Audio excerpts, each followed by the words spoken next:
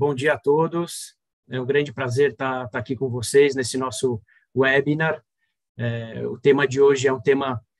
bastante interessante, bastante polêmico. A gente sabe que essa questão do planejamento tributário, ela, de fato, ela está no dia a dia das empresas, e a gente sabe que é um tema super discutido aí, talvez nos últimos 20, 30 anos, e a gente sabe que é um assunto, uma questão jurídica que falta regulamentação hoje em dia no nosso país, né? No nosso dia a dia, a gente vê como é difícil orientar as empresas puxa, até onde que eu posso ir no meu planejamento tributário, até onde que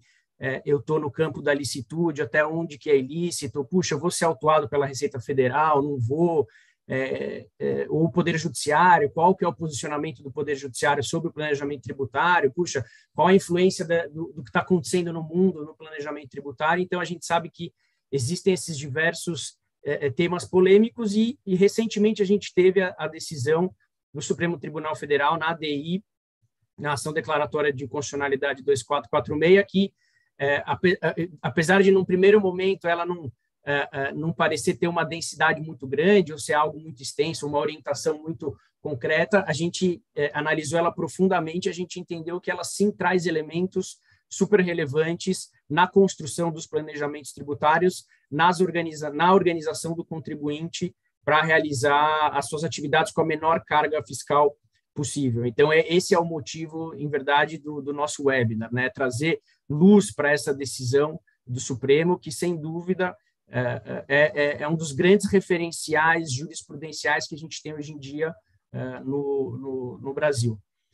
Então, dito isso, pessoal, a nossa sugestão aqui é uma breve introdução, coisa bem rápida, só para trazer alguns conceitos basilares de planejamento tributário. A gente sabe aqui que tem bastante gente aqui nos assistindo no YouTube, tem gente que tem um conhecimento mais avançado de planejamento tributário, tem gente que não, que às vezes não está ainda muito acostumado com os conceitos do planejamento tributário, e é importante a gente ter esses conceitos claros, é importante a gente ter clareza em alguns desses conceitos basilares para a gente poder entender bem o que o Supremo decidiu, qual que é a importância dessa decisão. Então, quando a gente fala em planejamento, começando aqui, pessoal, quando a gente fala em planejamento tributário, o que é o planejamento tributário? Na verdade, o planejamento tributário é a adoção de medidas e negócios jurídicos de organização das atividades econômicas para obter a menor carga fiscal possível, ou nenhuma carga fiscal, ou obter a menor carga fiscal possível. Ou seja, para não incorrer ou incorrer na menor medida no fato gerador da obrigação tributária. Basicamente, essa é a noção de planejamento tributário. E vale um parênteses aqui, vale observar que alguns desses conceitos que a gente vai tratar, eles não são unânimes na doutrina, na jurisprudência. Então, talvez aqui algumas das noções que a gente traga tenha doutrinadores ou outros operadores do direito que têm uma visão distinta, mas essa, vamos dizer, são noções básicas que são comumente referidas nessas discussões de planejamento tributário. Então, um primeiro corte que é importante na análise do planejamento tributário é o momento da sua ocorrência, né? Se ele é antes do fato gerador, se o planejamento é feito antes da ocorrência do fato imponível, da obrigação tributária, ou posteriormente à ocorrência, a potencial ocorrência do fato gerador. Quando a gente tem o planejamento tributário antes da ocorrência do fato gerador, a gente costuma tratar dos termos de evasão lícita, uma evasão lícita, e também de elisão, seja ela lícita ou ilícita. Tá? Então, a gente fala de evasão lícita ou elisão lícita ou ilícita. O que seria a evasão lícita? A evasão lícita é talvez a mais simples de todas, é simplesmente não incorrer no fato gerador, ou seja, por exemplo, eu não quero pagar o IPVA, então eu não compro um carro. Eu não quero pagar imposto de renda, então eu não ofiro nenhuma renda, não vou trabalhar, não vou ganhar dinheiro, então também não vou pagar imposto de renda. Essa seria a noção da evasão lícita. Tá? Em termos de elisão lícita, quando a gente fala em elisão, aí a gente já está se referindo à efetiva organização de negócios com maior complexidade, mas uma zona de discussão em que todo mundo entende, ou toda a jurisprudência, toda a doutrina entende que, puxa, essa é uma forma de organizar os meus negócios para reduzir a carga fiscal de uma maneira lícita, inquestionável. Como exemplo disso, a gente tem por exemplo, a adoção do lucro presumido, por exemplo, vis-à-vis o lucro real. É uma opção que a legislação traz, então o contribuinte ele interpreta a legislação, ele vê qual a opção que é a mais favorável para os negócios dele, qual opção ele vai pagar menos imposto e ele faz e ele toma a sua conduta, vamos dizer, a legislação é preto no branco, não há dúvida, por exemplo, que um contribuinte pode adotar pelo lucro presumido, ou, por exemplo, que o contribuinte pode fazer o pagamento de JCP, que tem uma vantagem fiscal em relação à distribuição de dividendo, por exemplo, ou a outras condutas. Então, serão vantagens fiscais que o contribuinte interpreta a legislação e se vale delas numa zona sem questionamento. Essa seria a chamada elisão lícita, que decorre de uma interpretação inquestionável da legislação tributária. Quando a gente fala aqui, por outro lado, da elisão ilícita, aí sim que a gente está tratando mesmo das grandes questões do planejamento tributário, das grandes dúvidas, até onde a elisão é lícita ou ilícita, né? Então, quando a gente fala da ilícita, seria classicamente entendida aquele planejamento tributário abusivo, que o contribuinte adotou condutas aparentemente artificiais, uma zona cinzenta da legislação, que o contribuinte se vale de um instituto jurídico para atingir um outro fim, ele se vale de uma, vamos dizer, de uma casca jurídica que proporciona uma carga fiscal reduzida, mas quando se avalia a capacidade contributiva contida naquele ato, ela seria tributável de outra forma. Então, essa é a zona de discussão, essa é o âmbito em que se discute a elisão ilícita. Como exemplo, para talvez ficar mais claro, é o caso de um contribuinte que adota, por exemplo, uma compra e venda com cláusula de retrovenda, para fugir da caracterização de um empréstimo, no qual incide o IOF. Aqui, para dar um exemplo, a compra e venda com cláusula de retrovenda ela tem um efeito econômico muito similar a de um empréstimo com garantia. Só que, imaginando que o empréstimo com garantia tem uma carga fiscal superior, o contribuinte adota uma compra e venda com cláusula de retrovenda para fugir daquela carga fiscal. Isso aqui para dar um exemplo. Ou um outro caso que é muito discutido, o uso de sociedades por um período de tempo muito curto, aquelas operações conhecidas como casa e separa, na qual o contribuinte ele monta uma sociedade que rapidamente ela é desfeita. Então, puxa, a figura da sociedade ela é teoricamente, para durar mais tempo, para atingir um objetivo social mais prolongado no tempo, mas o contribuinte usou ela de uma maneira indireta. Perdão, de uma maneira indireta. Então, essa é o que se discute na elisão ilícita, e aí os países têm soluções distintas para essa situação. A gente tem nos Estados Unidos o chamado Business Purpose Test, que exige que o contribuinte tenha um objetivo que não seja só fiscal, que ele tenha uma alteração na situação patrimonial e econômica dele. A Alemanha também traz essa noção de fundamento não tributário. No Brasil, a gente vê que, e a gente vai falar mais disso adiante, a Receita Federal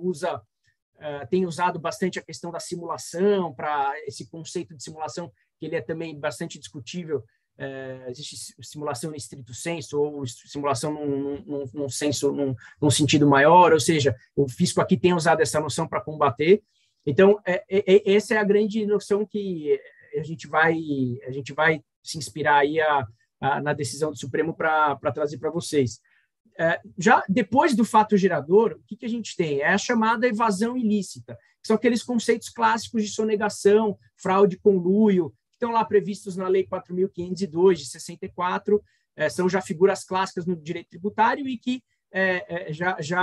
são realmente crimes fiscais. Aí a gente está falando daquele contribuinte que faz uma venda sem emitir nota fiscal, aquele contribuinte que contabiliza um passivo fictício, aquele contribuinte que realmente, vamos dizer, adota uma conduta claramente criminosa, por exemplo, usa laranjas no quadro societário, não declara o tributo devido, enfim, essa é a discussão de evasão. Eu pediria para a gente passar para o próximo. E quando a gente trata dessas noções que eu acabei de abordar, a gente vê que a doutrina e a jurisprudência elas foram criando ao longo do tempo algumas três correntes basicamente distintas. A primeira corrente a gente chama de o positivismo conceitualista, né, e também dele decorre a chamada linha libertária do planejamento tributário, que é uma linha que defende os conceitos do direito privado, o fechamento desses conceitos, o princípio da legalidade, a chamada também tipicidade cerrada. A gente sabe que tem muitas críticas para essa noção, mas se você não se enquadra, se o contribuinte não se enquadra no exato conceito previsto na legislação fiscal, então, de forma alguma, ele pode ser tributado. É uma linha mais garantista, que fala muito do princípio da legalidade, que o contribuinte não pode ser tributado por analogia, ou se ele não está realmente, se o fato que se verifica na realidade não se enquadra exatamente nas noções previstas na lei fiscal, e também se o contribuinte tem guarida, se ele encontra guarida nos conceitos da lei civil, se ele adotou as suas condutas sem ferir qualquer proibição do direito privado, ele também não pode ter os seus atos desconsiderados, né? Essa é a chamada o positivismo conceitualista, e dele vem a linha libertária ou liberal do planejamento tributário. Já o positivismo sociológico seria aquela outra linha que já extrema, uma outra linha extrema também, que a gente chamaria de a posição solidarista do planejamento tributário, já privilegia a consideração, vamos dizer, a consideração econômica do fato gerador, a busca da capacidade contributiva, independentemente das formas jurídicas que o contribuinte adotou, ou seja, se a forma jurídica ela não reflete a real intenção ou a real grandeza econômica do fato gerador, a autoridade fiscal ou mesmo o Poder Judiciário pode desconsiderar esses atos e pode sim tributar o contribuinte. Tá? Essa seria a linha solidarista. Agora, a gente tem também a linha do pós-positivismo, tá? A chamada, vamos dizer, seria um meio termo entre essas duas linhas. Essa linha admite o planejamento tributário do contribuinte, ou seja, o contribuinte pode se organizar, no entanto, sem abusos, e deve ter maneiras de controlar esse abuso. Tá? Essa seria uma linha chamada de um meio termo, e muitos dizem que tanto os libertários moderados, não radicais, e os solidaristas moderados, não aqueles radicais, vamos dizer, convergiriam nessa linha do pós-positivismo, que é a linha de que deve existir uma norma geral anti-elisiva, que dê ferramentas à fiscalização para desconsiderar atos que seriam artificiais. Tá? E aí, dessa discussão, vamos dizer, dessas linhas doutrinárias, dessas formas de encarar o direito e o planejamento tributário, é que a gente traz as diferenças na interpretação do artigo 116, parágrafo único do CTN, que, ao que tudo indica, pela análise dos trabalhos legislativos que deram origem a esse artigo, ele realmente tentou introduzir, a ideia seria introduzir uma norma geral anti-elisiva, tá? E aí a doutrina se dividiu nesses grupos, como eu falei, nessas linhas conceituais. Uma parte dos operadores do direito, da doutrina, disse que, olha, esse artigo 116 ele é inconstitucional, ele fere o princípio da legalidade, fere a tipicidade, ele afronta a segurança jurídica, ou, quando muito, ele apenas estaria,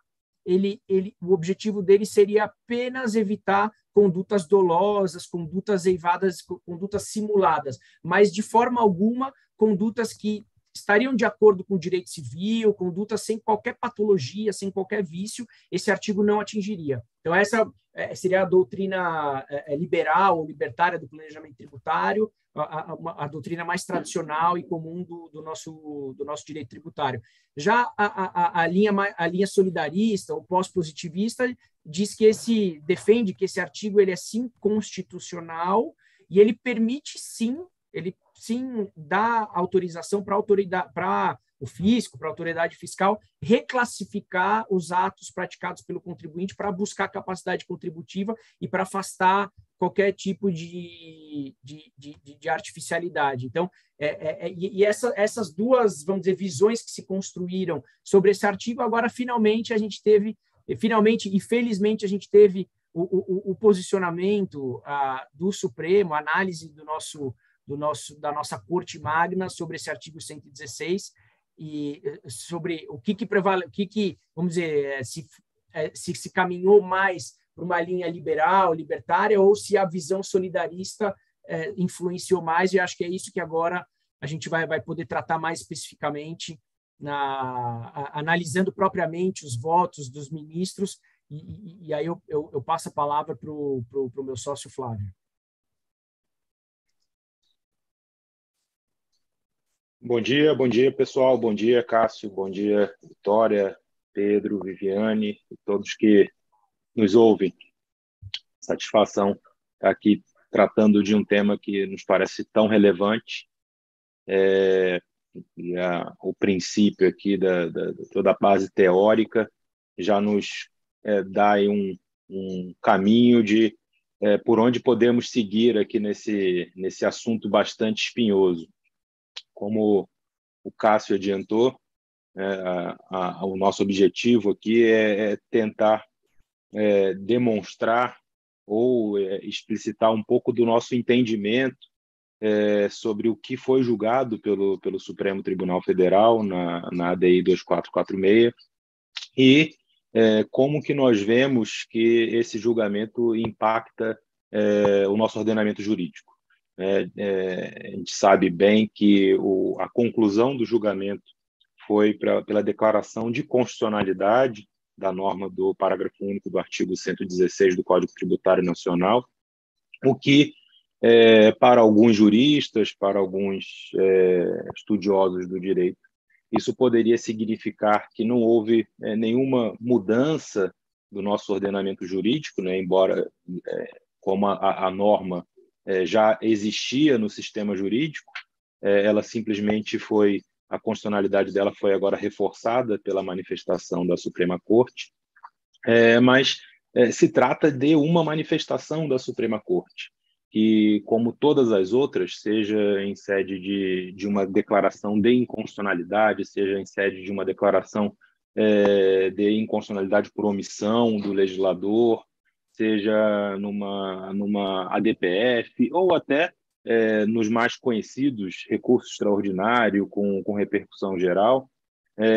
a academia, a doutrina e os profissionais do direito, de um modo geral, buscam extrair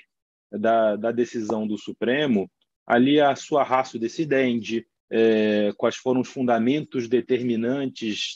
dos votos dos ministros,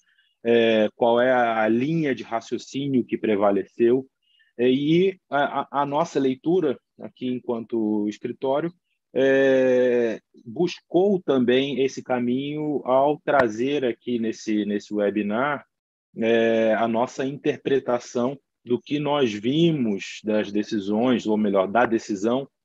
e dos votos de cada um dos ministros. Vitória, por favor, se você puder projetar o próximo slide, eu acho que você pode explicar um pouco para a gente de como é que se deu o julgamento antes da gente entrar pormenorizadamente em alguns dos votos, por favor. Bom dia, obrigada, Flávio. Bom dia a todos, é um prazer estar aqui com vocês. Meu nome é Vitória, eu faço parte aqui desse grande time de advogados do Schneider Pugliese e espero contribuir com o debate sobre o parágrafo único do artigo 116 do CTN e o entendimento do Supremo quanto à sua constitucionalidade. Essa discussão foi iniciada em meados de 2020, ocorreu por meio da ação direta de inconstitucionalidade 2446, ajuizada pela Confederação Nacional do Comércio, com o objetivo de suspender a eficácia e declarar inconstitucional a disposição contida no artigo 1º da Lei Complementar 104 de 2001. O que dizia esse artigo 1º? Essa foi a lei complementar que instituiu o parágrafo único ao artigo 116 do CTN. Eu peço a licença só para reproduzir esse dispositivo, que dispõe que a autoridade administrativa poderá desconsiderar atos ou negócios jurídicos praticados com a finalidade de dissimular a ocorrência do fato gerador do tributo ou até mesmo a natureza dos elementos constitutivos da obrigação tributária, observados os procedimentos a serem estabelecidos em lei ordinária. Muitos passaram a denominar essa norma, inclusive, como norma geral anti-elisão, isso por conta da exposição de motivos da Lei Complementar 104, que foi elaborada pelo ministro da Fazenda à época, que continha que essa norma visava o combate de procedimentos de planejamento tributário praticados com abuso ou forma de direito. No caso concreto, a CNC alegou que a norma pretende eliminar a possibilidade dos contribuintes de realizarem o legítimo planejamento tributário, que é algo lícito, ao possibilitar que a autoridade administrativa se utilize da interpretação econômica em direito tributário. Isso levaria uma tributação com base em analogia, o que não seria permitido, sobretudo por conta do princípio da legalidade. Certo é que, ao longo desses mais de 20 anos da edição da lei, muito se discutiu sobre a constitucionalidade desse dispositivo, inclusive, como já comentado, os contribuintes chegavam a se questionar sobre qual o limite para a realização do planejamento tributário, e a Corte iniciou o julgamento dessa daí por meio de plenário virtual, onde a ministra Carmen Lúcia, que é a relatora, proferiu um voto pela constitucionalidade dessa norma impugnada, afastando as argumentações quanto à incompatibilidade desse dispositivo com a Constituição, e foi acompanhada pela maioria dos ministros. Votaram de forma divergente os ministros Ricardo Lewandowski e Alexandre de Moraes, que consideraram que o dispositivo é inconstitucional, mas, por mais que a Suprema Corte tenha declarado que esse parágrafo único do artigo 116 do CTN seja constitucional, nós temos elementos importantíssimos a serem extraídos, principalmente do voto da ministra Carmen, que foi o voto condutor, que deixa claro que não há vedação ao contribuinte quanto à realização de planejamento tributário, mas desde que buscado por vias legítimas e lícitas. Assim, caberia ao fisco demonstrar a ocorrência de eventual simulação. Então, nessa linha, eu passo a palavra para o Flávio para tecer maiores comentários sobre o voto da ministra Carmen e a sua importância para o planejamento tributário. Vitória, você tocou num aspecto que é muito importante, que os nossos ouvintes aqui tenham em mente. De forma alguma que a interpretação que a gente consegue extrair do precedente é uma interpretação que diga que a Receita Federal ou a Fazenda Nacional ela está vinculada à leitura que se faz dos precedentes ou dos votos, né? O que vincula, e a gente sabe muito bem, é o dispositivo da decisão. E o dispositivo da decisão declarou a constitucionalidade da norma. Então, a norma ela existia no sistema jurídico validamente, ela agora permanece existindo no sistema jurídico com a mesma validade, de uma certa forma, alguns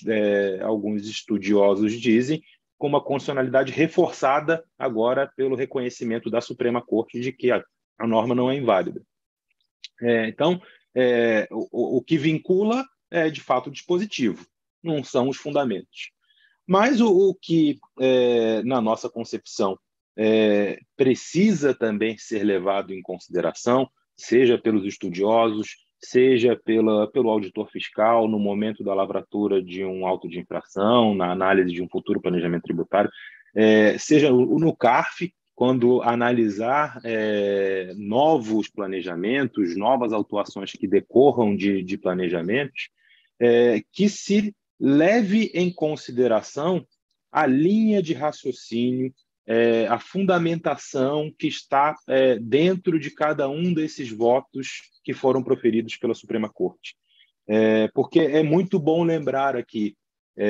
a gente, embora tenha tido uma divergência nesse julgamento, foi uma divergência que foi ainda um pouco mais rígida em relação à desconsideração de planejamentos tributários. A gente vai ver um pouco mais à frente, quando a gente analisar, na verdade, eu acho que no próximo slide, quando a gente analisar o voto do ministro Toffoli, o voto do ministro Lewandowski, que não há nenhuma dissintonia na Suprema Corte no tocante à liberdade do contribuinte se reorganizar, do contribuinte poder fazer o seu planejamento tributário lícito, fazer as suas reorganizações societárias utilizando de todos os meios previstos nas normas civis, nas normas societárias e, obviamente, nas normas tributárias, e que trazer conceitos importados ou se utilizar de conceitos civilistas de uma forma um tanto quanto obscura, nebulosa, Isso não teria sido aceito pelos ministros da Suprema Corte quando a gente aprofunda cada um dos votos, né? Então, se a gente pega ali o voto condutor da relatora, da ministra Carmen Lúcia, né, ela foi muito clara, num primeiro lugar, em dizer que, para uma completa e plena aplicação do artigo 116, parágrafo único do Código Tributário Nacional, ou seja, para a autoridade fiscal desconsiderar atos praticados pelo contribuinte, que ela entenda que tem o intuito de dissimulação do fato gerador, é necessário que haja uma lei ordinária prévia trazendo os procedimentos que devem ser adotados pela autoridade fiscal para essa desconsideração e talvez até explicitando que fatos que o legislador presuma como dissimuladores da ocorrência de algum fato gerador tributário. Então, um primeiro ponto importante desse precedente é uma reafirmação de que é necessário uma regulação por lei ordinária do parágrafo único do 116. Regulação que já tentou ser feita em outras oportunidades, via 2 medidas provisórias do governo federal, que acabaram não tendo a aprovação no quesito, nesse ponto relacionado à regulação do parágrafo 1 do 116. A ministra Carmen, prosseguindo, embora ela tenha dito expressamente ou rejeitado expressamente ali o argumento da inicial de violação ao princípio da legalidade, ela reforça que a autoridade só pode fazer essa desconsideração, né, numa hipótese em que ela aprofunde a fiscalização dela, que ela realmente identifique provas, que ela aponte textualmente um ato ilícito praticado pelo aquele contribuinte, até prévio a toda a organização societária, ou, por exemplo, o uso de algum documento falso com antidatado, ou que, na verdade, demonstre uma intenção diferente da que ele quis efetivamente em termos de reorganização societária, independentemente, eu acho que, das consequências tributárias. E isso é reforçado na parte em que a ministra Carmen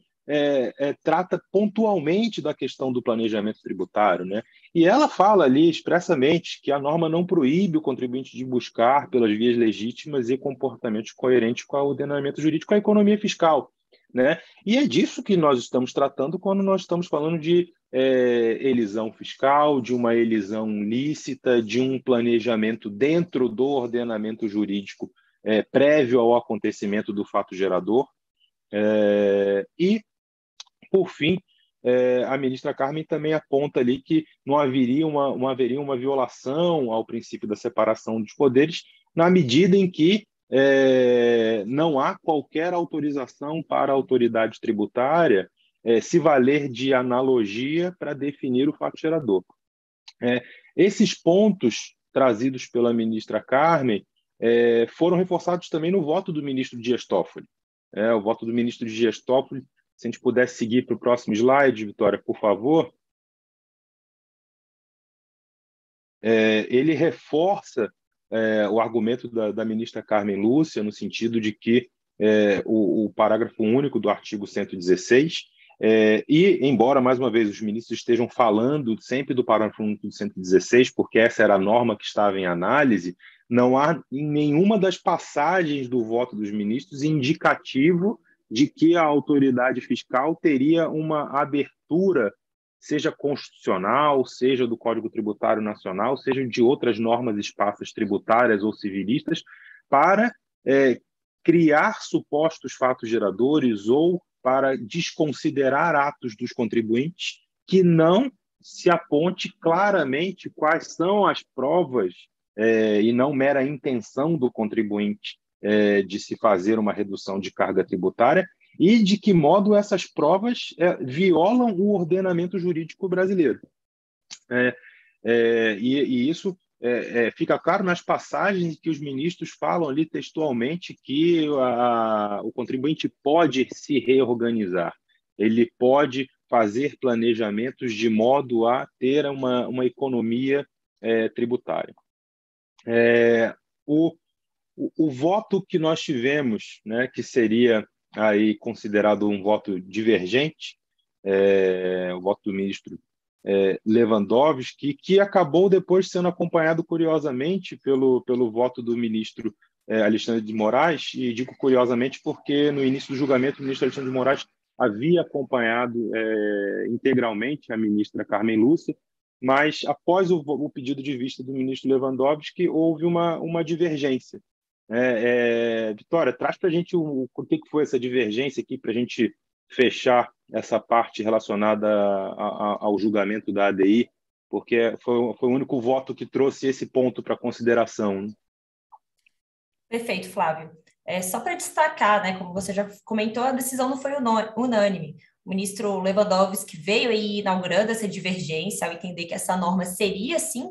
inconstitucional e foi acompanhado pelo ministro Alexandre de Moraes. Eles entenderam que só ao magistrado caberia declarar a nulidade de ato ou negócio jurídico alegadamente simulado, e não a autoridade administrativa, isso em respeito ao princípio da reserva de jurisdição. Mas, em relação aos outros pontos abarcados pelo voto da ministra Carmen, o ministro Ricardo Lewandowski considerou como sem necessidade de qualquer reparo. Inclusive, ele também fez questão de ratificar que a plena eficácia dessa norma depende, sim, de lei ordinária para estabelecer os procedimentos que a autoridade administrativa deverá seguir, na medida em que, enquanto não editada essa lei ordinária, as autoridades fazendárias estarão impedidas de efetuar a desconsideração de ato ou negócio que considerarem como simulados. Só lembrar que foi algo que você até comentou, que o parágrafo único ele já foi objeto de tentativa de regulação por 2 medidas provisórias, uma que foi enviada, a última, inclusive, em 2015,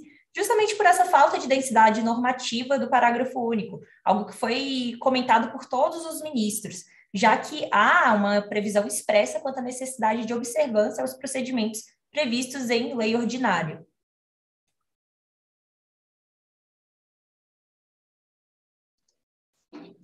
Ótima lembrança, Vitória. Acho que só para a gente concluir aqui, antes da gente passar para a nossa análise dos possíveis impactos que esse precedente pode ter no CARF, eu acho que vale a gente mencionar, acho que está no nosso próximo slide, Vitória, que esse entendimento da Suprema Corte, embora ele tenha ocorrido há poucas semanas atrás, ele, de uma certa forma, ele já tem eco no judiciário já faz algum tempo. A gente conseguiu aqui fazer um levantamento de alguns precedentes dos TRFs de todas as regiões, e, de um modo geral, o que nós verificamos é efetivamente um entendimento do judiciário que rende respeito à liberdade efetiva do contribuinte se reorganizar, mais uma vez, de forma lícita, utilizando 2 mecanismos ou institutos jurídicos, societários ou civilistas à disposição do contribuinte. Tanto é que nós temos aí um precedente do TRF da 4ª Região, nós estamos citando aqui que tratava de um conhecido planejamento tributário que foi analisado pelo CARF e teve conclusão contrária ao contribuinte, né? A matéria foi judicializada e, em 2021, o TRF da 4ª Região proferiu uma decisão bastante acertada e agora mais acertada ainda à luz desses fundamentos determinantes da ADIM 2441, né? O TRF foi expresso em dizer que a interpretação fundada na substância econômica não autoriza que a autoridade administrativa transforme atos jurídicos perfeitos em imperfeitos para tentar encaixá-los numa forma que gere mais tributação, ou seja, que atenda mais os interesses fazendários. Perante os demais TRFs, a gente tem aqui uma planilhinha que, com números apenas de acórdão favoráveis e desfavoráveis, né? A gente consegue verificar aqui que a gente está mais ou menos com um percentual de 70% de decisões dos tribunais regionais federais favoráveis aos contribuintes, né? E A gente identificou um recurso especial que ainda aguarda julgamento do Superior Tribunal de Justiça, que envolve uma operação de amortização de ágio,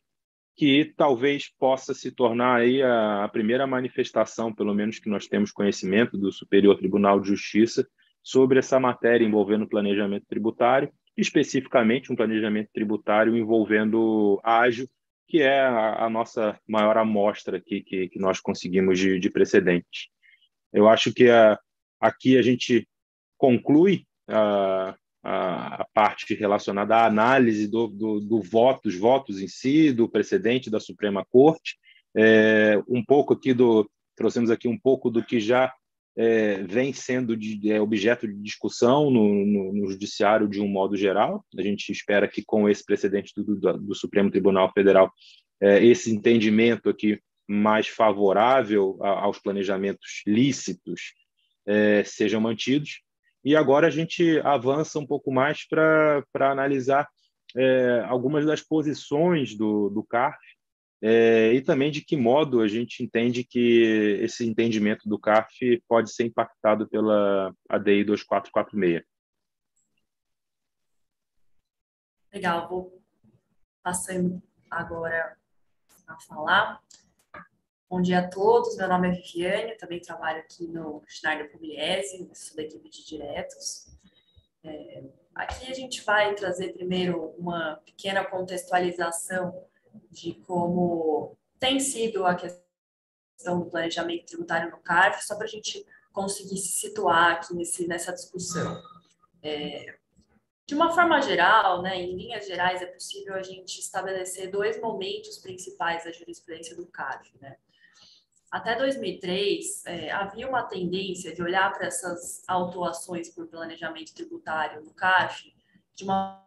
forma muito mais legalista, que até se aproxima um pouco daquilo que a gente está analisando nas decisões do Judiciário e também agora com essa manifestação do STF. Então, a ideia era de que os planejamentos tributários realizados com a intenção de evitar a ocorrência do fato gerador, as elisões lícitas, elas não poderiam ser, pelo simples fato de gerarem uma economia tributária, entendidas como ilícita. Então, realizar um ato jurídico ou uma operação jurídica para ter uma economia tributária em si não era vista como um ilícito. Então, os planejamentos tributários com esse objetivo realizados sem que fosse identificado efetivamente situações de dolo, fraude, simulação, fosse caracterizado ou comprovado pela autoridade administrativa, essas autuações tendiam a ser afastadas pelo CARF, né, pelo Conselho de Contribuintes. Então, aqui a gente coloca dois pontos que a gente entende relevantes nessa linha do tempo para entender essa virada jurisprudencial, entre aspas, do CARF. O primeiro deles ocorreu em 2001, que foi a edição, né, do parágrafo único do artigo 116, que é objeto desse webinar, né, que, como a Vitória já trouxe, foi entendido inicialmente e até hoje é visto por muitos como uma norma geral anti-elisiva. Então,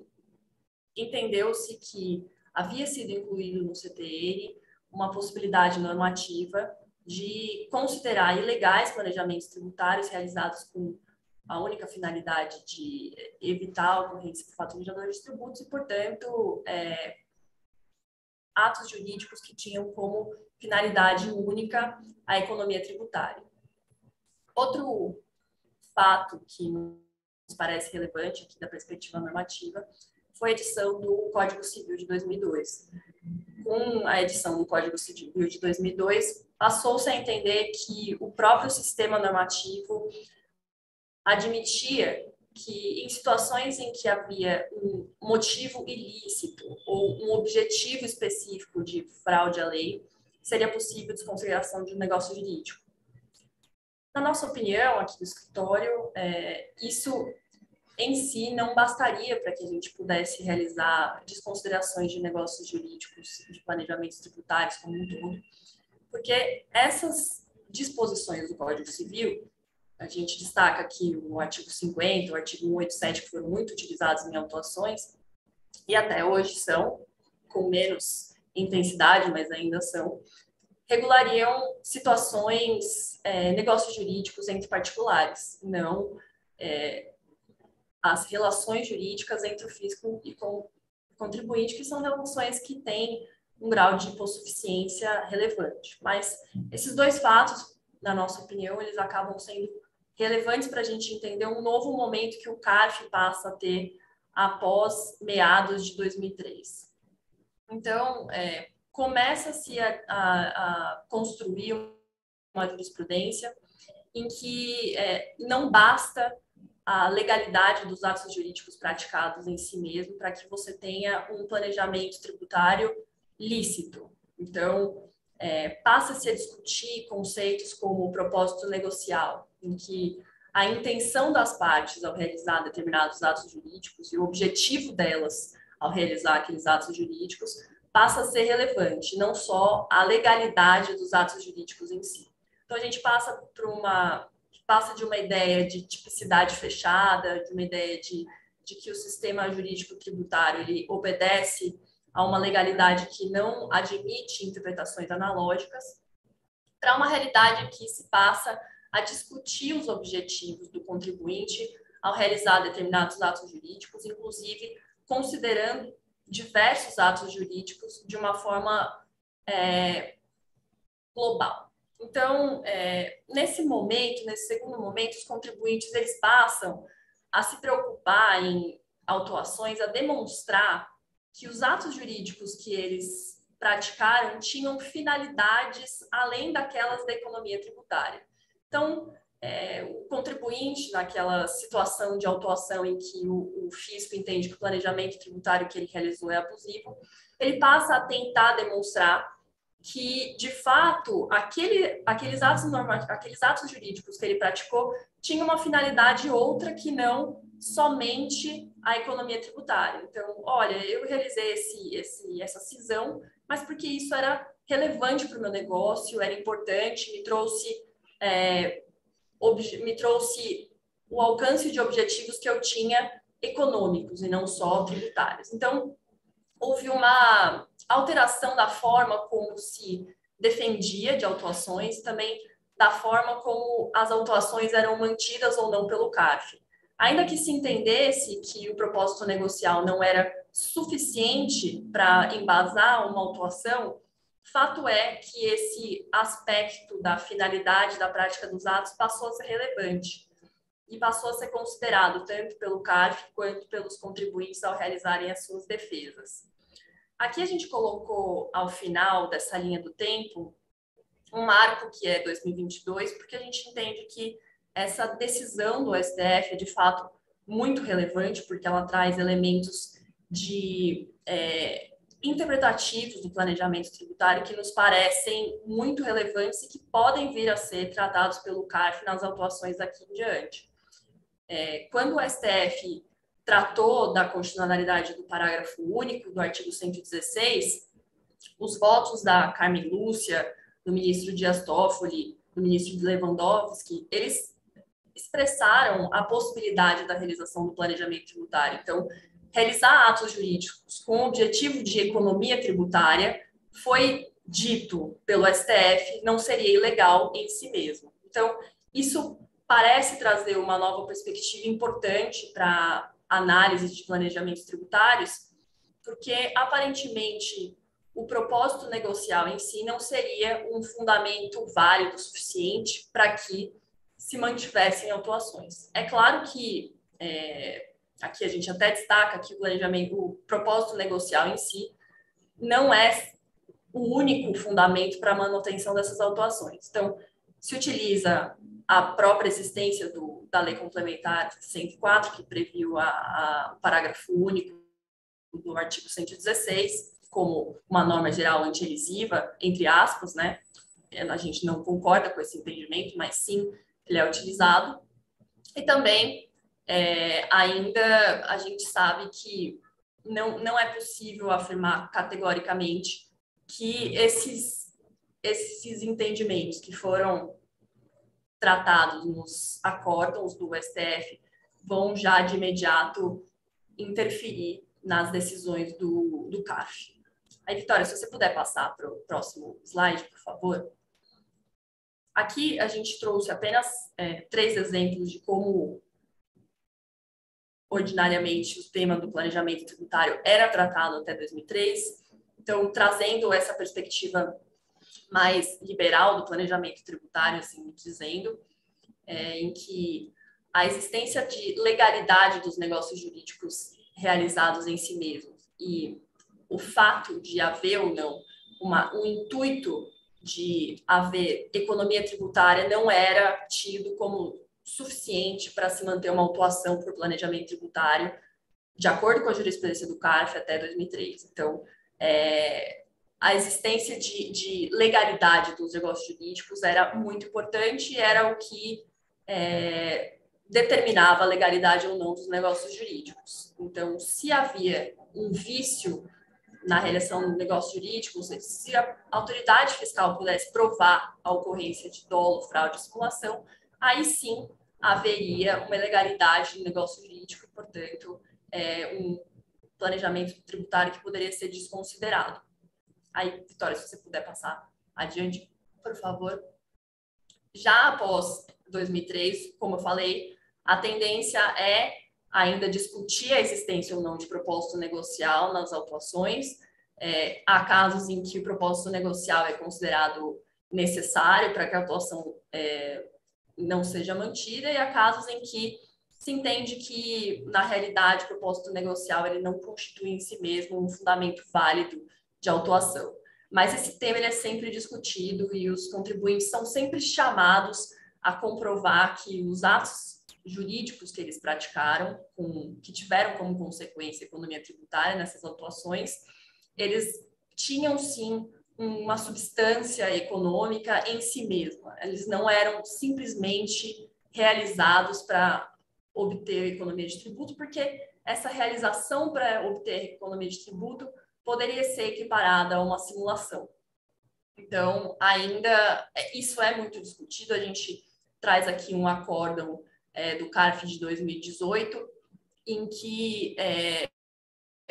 se adotou uma perspectiva um pouco mais liberal de que não haveria necessidade de comprovação do propósito negocial para que se afastasse o planejamento tributário, mas isso é discutido em todo momento, isso foi discutido na DRJ, isso foi trazido no recurso voluntário, isso foi analisado pelos conselheiros, isso foi objeto de defesa do contribuinte, então isso sempre acaba sendo objeto de discussão. Também foi tangenciado nesse acórdão a existência de possibilidade de utilização do parágrafo único do artigo 116 como fundamento de autuação, tanto nesse como no seguinte de 2021, que a gente aborda também. O CARF afirmou pela necessidade de existência de uma lei ordinária que trouxesse a regulamentação desse dispositivo, e sem essa lei ordinária não seria possível a manutenção da autuação ou mesmo a realização de autuações com base no parágrafo único do 116, ou seja, não haveria essa autorização no CTN atualmente, né, sem que houvesse uma lei ordinária federal que tratasse do tema, quando a gente está falando de casos que chegam no CARF. Não haveria nesse momento a possibilidade de utilização desse dispositivo como fundamento de decisão, né, pelo CARF. Então, o que se observa ainda no CARF é uma tendência o que a gente poderia entender como segurança jurídica da perspectiva da realização de planejamentos tributários pelo contribuinte,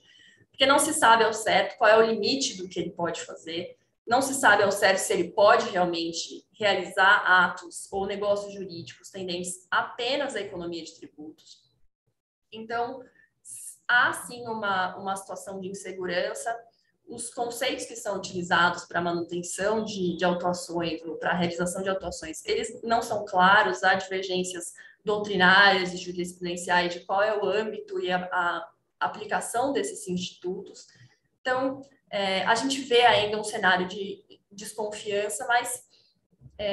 talvez com essa decisão do STF a gente veja caminho para que a gente volte a ter um cenário em que se entenda pela necessidade de maior regulamentação normativa dos atos de desconsideração de negócios jurídicos e, portanto, de planejamentos tributários lícitos ou ilícitos. Agora o Pedro vai assumir para falar um pouco mais sobre a questão da manutenção de multa pelo CARF, multa qualificada nesses casos, e aí ele já passa também a discutir as perspectivas do planejamento tributário após esse julgamento do STF. Olá, gente, bom dia. Eu sou o Pedro Bin, enfim, um dos advogados associados aqui do Schneider Pugliese, e eu, enfim, queria ressaltar dois pontos, né? Principalmente essas decisões da Câmara Superior pré-julgamento do Supremo sobre o artigo 116 do CTN.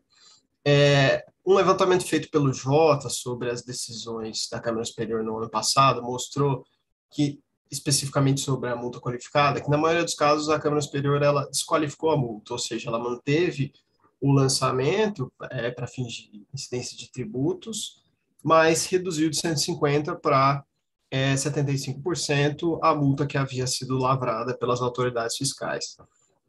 Em resumo, o principal fundamento que a gente encontra nessas decisões da Câmara Superior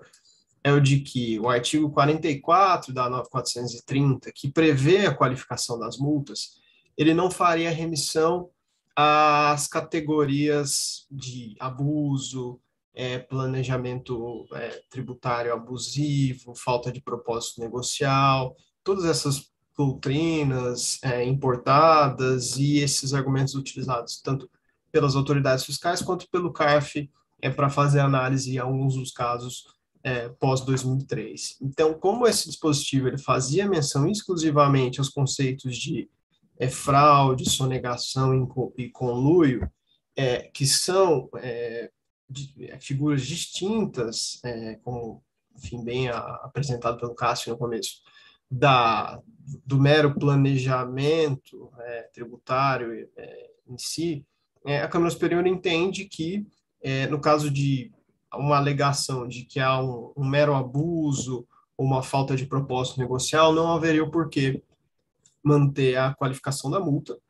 até porque isso é uma conduta que poderia ser tipificada criminalmente, ensejar a penalização, enfim, dos responsáveis, dos administradores e dos envolvidos na operação,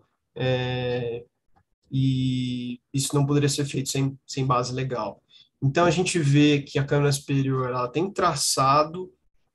uma linha divisória no que tange a penalização dos contribuintes, né? E isso deriva da própria literalidade do 44 da 9430, que não faz, que menciona, que faz remissão somente aos conceitos de sonegação, conluio, fraude, enfim, e não faz menção ao conceito de abuso, né? E aí, aqui a gente destacou nessa apresentação dois tipos de acordo, né? Um onde houve a manutenção da multa e o outro onde houve seu cancelamento, né? E nesses três, onde houve o cancelamento, a posição da Câmara Superior foi bem clara, no sentido de que, olha, aqui a gente só está discutindo abuso, planejamento tributário, não se chegou a discutir o mérito em si por questões de conhecimento, então a discussão se restringiu de fato à qualificadora, e a Câmara Superior entendeu que, nesses casos, o abuso em si ele não seria tipificado. Então, não haveria motivo para qualificar. E para que você pudesse alegar que houve uma fraude, uma sonegação, um conluio para a prática dessas condutas, você deveria dispor de um conjunto probatório bem robusto na intenção fraudulenta e sonegatória do contribuinte, e que meras dúvidas sobre os efeitos fiscais de operações societárias, e ali no caso envolvia principalmente a amortização de ágio, isso não seria suficiente para configurar uma sonegação, fraude Poderia até se tratar de um planejamento tributário abusivo, não foi analisado especificamente os acordos, mas isso não seria suficiente para majorar as penalidades e, consequentemente, permitir, num segundo momento, a persecução criminal dos envolvidos, né? Então, essa linha foi traçada e nos parece ela ser um pouco clara, né? Claro, você ainda pode discutir o conceito de fraude, sonegação, mas se acaba reduzindo em muito as possibilidades de tanto autuação com o fisco quanto a discricionariedade do CARF, da Câmara Superior, para decidir. E nos casos em que houve a manutenção, a gente vê aí, de fato, que a Câmara Superior se deteve sobre casos onde nos parece que há, de fato, uma intenção de ocultar o fato gerador. Nesse caso, esse julgado que a gente destacou aqui nessa apresentação, houve aí a utilização de diversas SCP para, enfim, segregar de maneira indevida receitas, resultados, o que levou a Câmara Superior a manter, porque ela entendeu que houve aí uma ocultação, né, uma tentativa de ocultação do fato gerador, que poderia ser caracterizada como fraude, sonegação, e justificaria a manutenção da multa qualificada. Então, a gente vê que há, sim, já pré-decisão do Supremo, nessa ação declaratória de constitucionalidade, uma linha traçada pela Câmara Superior. E aí entra uma questão sobre talvez uma contradição das decisões, no sentido de que se desqualifica a multa, mas os tributos permanecem sendo exigidos, né? Porque a partir do momento em que não há uma lei que autorize a tipificação da conduta, né, como ilícita e, consequentemente, a possibilidade de qualificação da multa, também não haveria nenhuma norma expressa que combatesse o planejamento em si. Isso não chegou a ser analisado nesses acordos, por, de novo, questões de conhecimento, mas a Câmara Superior deixou aí uma porta aberta para a continuidade dessas discussões. E aí, Vitória, acho que você podia passar para os próximos slides, para eu já falar, enfim, do que a gente acha que tendências, né, claro, né, enfim, são tendências, né, porque isso vai acontecer após o julgamento do Supremo, né, tanto no enfoque a atuação do fisco, da Receita Federal,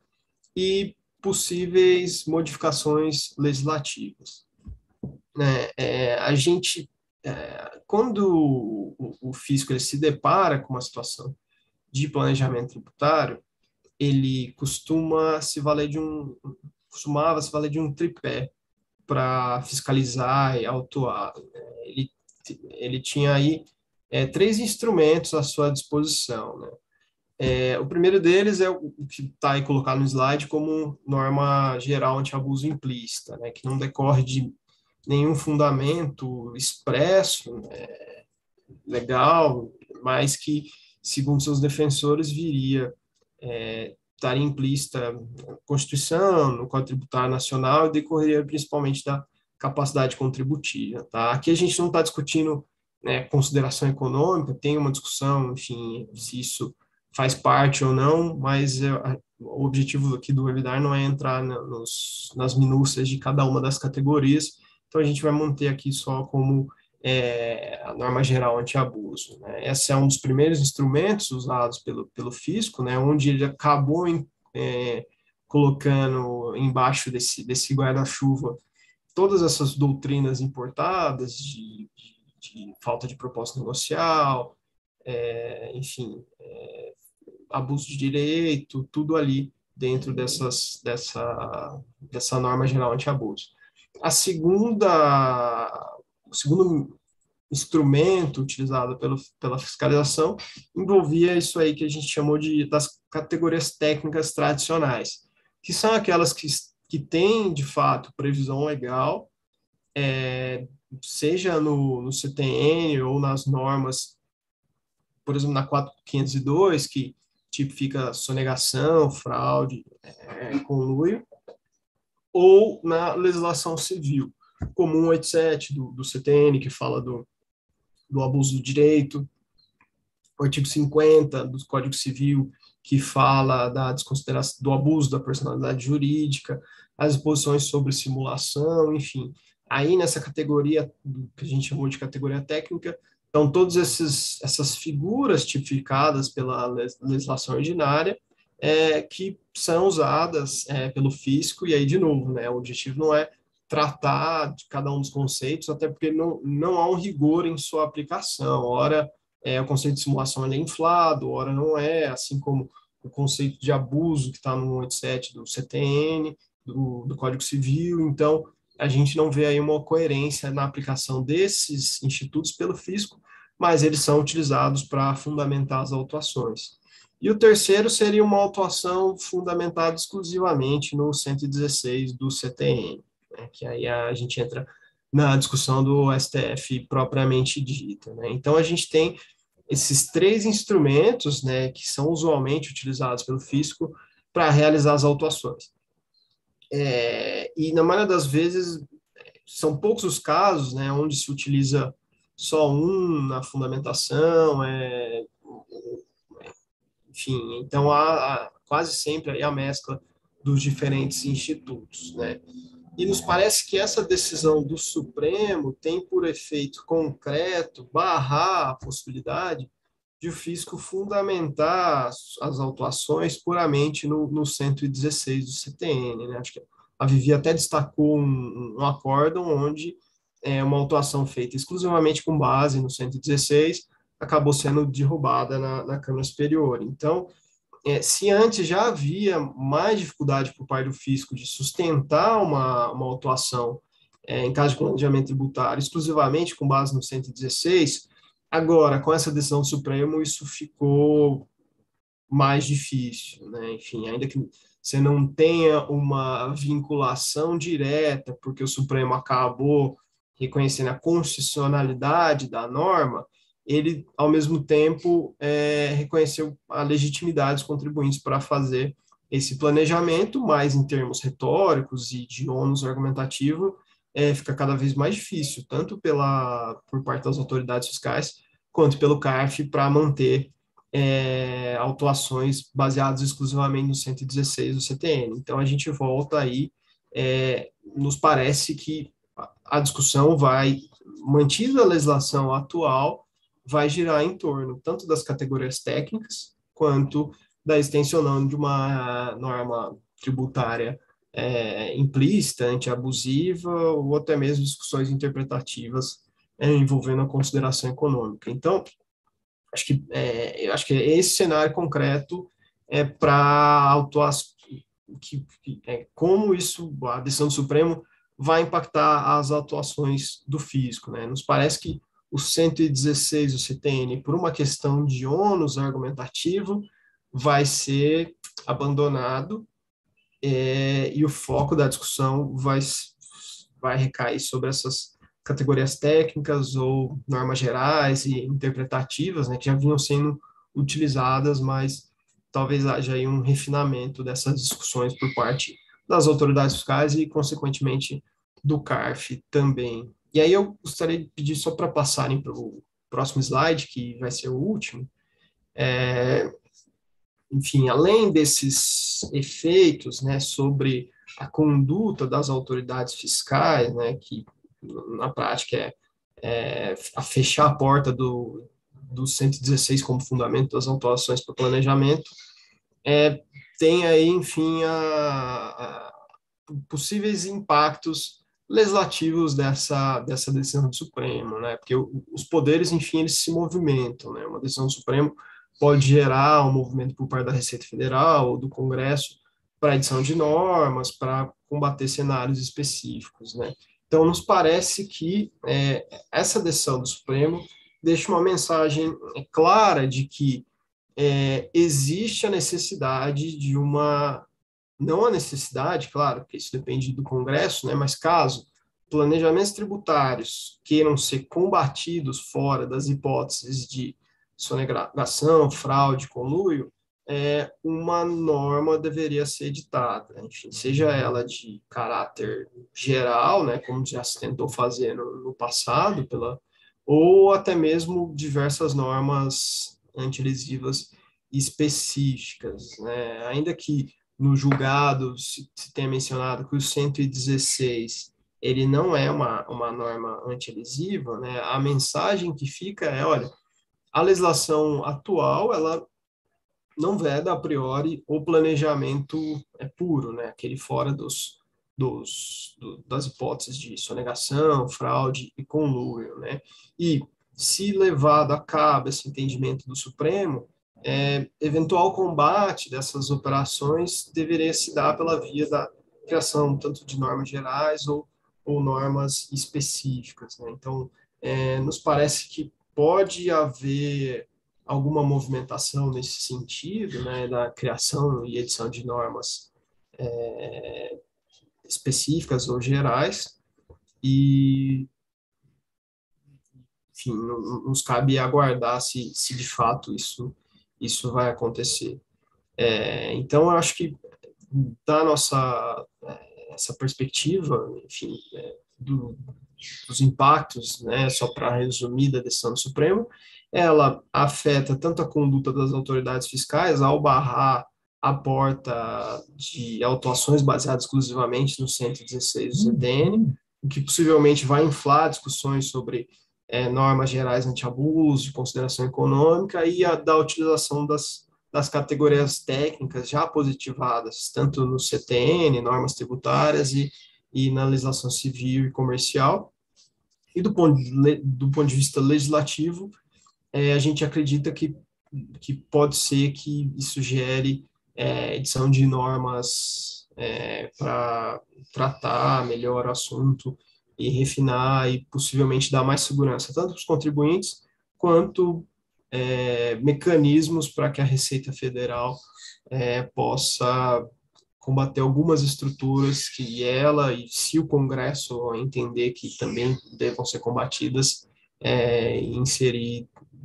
essas regras no nosso ordenamento jurídico. Então, eu acho que é isso que a gente tinha a dizer a todos, né? Só complementando aqui também, Bini, acho que até para fechar também, desculpa a interrupção, acho que você já tinha concluído aí praticamente a tua fala.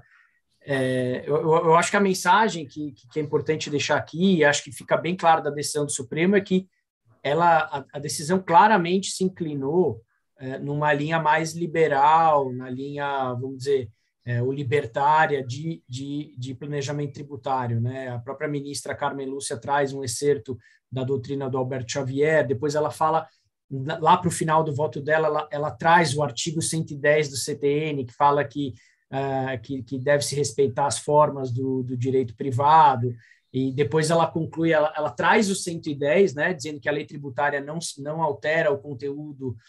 a definição, conteúdo dos institutos de direito privado, e depois ela fala que ela aceita a elisão fiscal, né? Ela fala, a elisão fiscal difere da evasão, e essa norma do 116 combate só a evasão. Então, acho que é o que o Pedro falou, o ônus argumentativo agora está do lado do fisco, quer dizer, se você quiser trazer argumentações no sentido de business purpose, de negócio jurídico indireto, ficou mais difícil, e a tendência na hora que esses planejamentos chegarem no Poder Judiciário, e a gente mostrou isso aqui já, começando a florescer essa linha, puxa, como que o STJ e o STF vão olhar esses planejamentos? Pelo que a gente viu aqui nesses votos, claramente eles vão para uma linha mais legalista, numa linha de exigir previsão do fato gerador, numa linha de exigir comprovação de conduta evasiva, vamos dizer, sonegação, fraude, e nessa linha do que existe previsão legal, e não com institutos cíveis mais amplos que não têm uma aplicação fiscal clara, nem com o 116, que a ministra fala claramente que não é uma norma anti-elisiva. Então, a gente acha que se abre aí uma grande avenida para a discussão desses planejamentos no Poder Judiciário, né? Um alento para diversos contribuintes que se viram autuados aí em função de teses criadas pelo fisco sem uma clara base legal, a tendência é, por esse voto da ministra, que o uso dessas figuras importadas ou do direito civil dificilmente terão guarida. É lógico, dificilmente terão guarida no STF. Lógico que a gente não seria leviano aqui da nossa parte querer cravar aqui como vai se desenrolar isso, mas acho que a tendência o voto ele sinaliza nessa tendência mais que privilegia o princípio da legalidade, que privilegia os conceitos da lei tributária. Eu acho que isso fica muito claro. Então, finalmente a gente agradece a todos aqui. Foi um grande prazer. Espero que a mensagem tenha sido passada de maneira clara. A gente está à disposição também, quem quiser pedir apresentação depois, mandar e-mail, discutir, enfim, discordar. A gente está super à disposição e a gente agradece a todos. Se alguém tiver alguma outra palavra para falar, também fica à vontade. Obrigado.